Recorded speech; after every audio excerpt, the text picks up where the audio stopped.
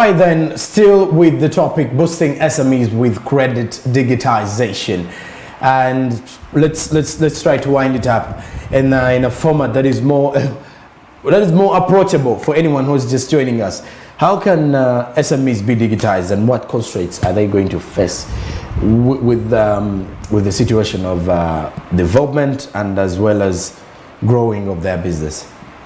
Yeah, like I noted earlier, they will need to have access to affordable internet, fast and affordable internet, and essentially they simply need to be able to appreciate how digital tools are really affecting business, and it's in a positive way. Mm-hmm. So basically they need sensitization, they need to be given awareness on how to use these tools, they need skilling, they need tooling and all that. Mm-hmm. So, yeah.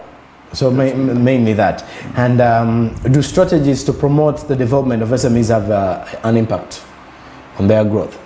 Yes, they do. Mm. They do. But for these strategies to work, first of all, we talked about the policy. We need a formulation of a new policy that is focused on digitization, a new SME policy focused on digitization. That is extremely important because this is happening in other countries. Mm-hmm. Okay? Then the policy needs to be coherent. It needs to be coordinated. You need to bring all stakeholders, like I noted earlier.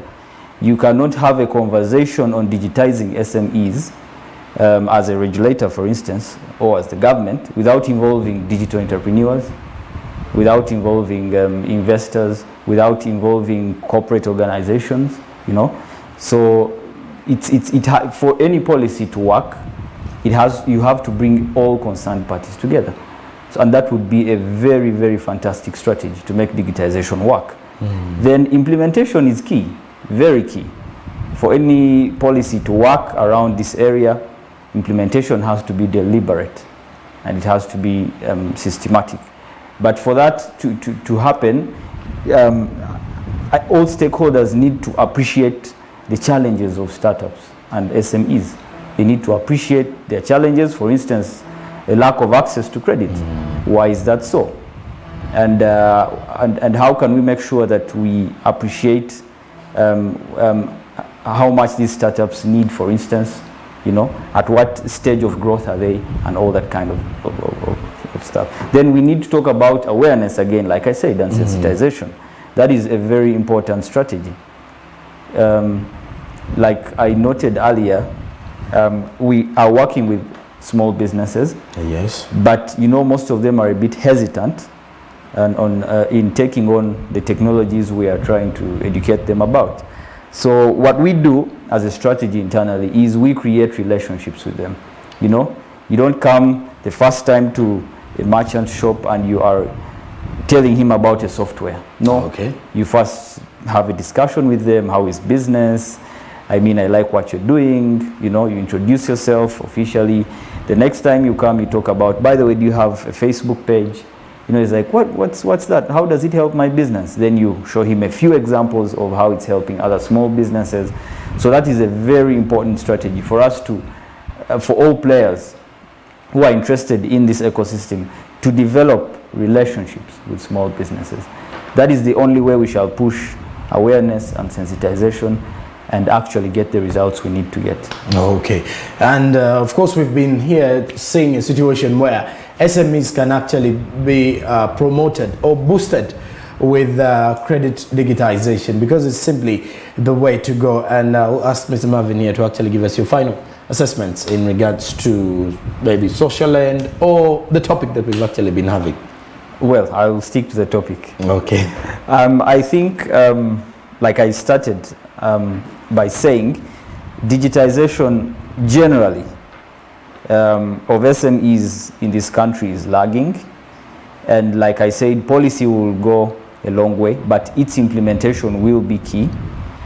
And then we also need to sensitize small business owners about the importance of going digital, because this is where the whole world is going, you know. So even the current crisis we've gone through the 2 lockdowns have showed us a lot, if you're actually visionary. They've showed us that it is important for us to go digital in terms of payments, in terms of e-commerce, for us to even reduce interactions and reduce the spreading infections of any kind, not just COVID-19. If we're having less queues of people lining up to buy goods, or even people lining up in banks, wherever, I think it makes life much more easier. Okay. And it improves our quality of life. So I think we should all put a lot of focus on this discussion about digitizing SMEs, because they are the future, they are the largest percentage of our GDP. All right. Yes. And I think at that particular moment, I would say it has been a wholesome conversation, discussion on how far the country can actually go with making sure digitization is helpful to all of us.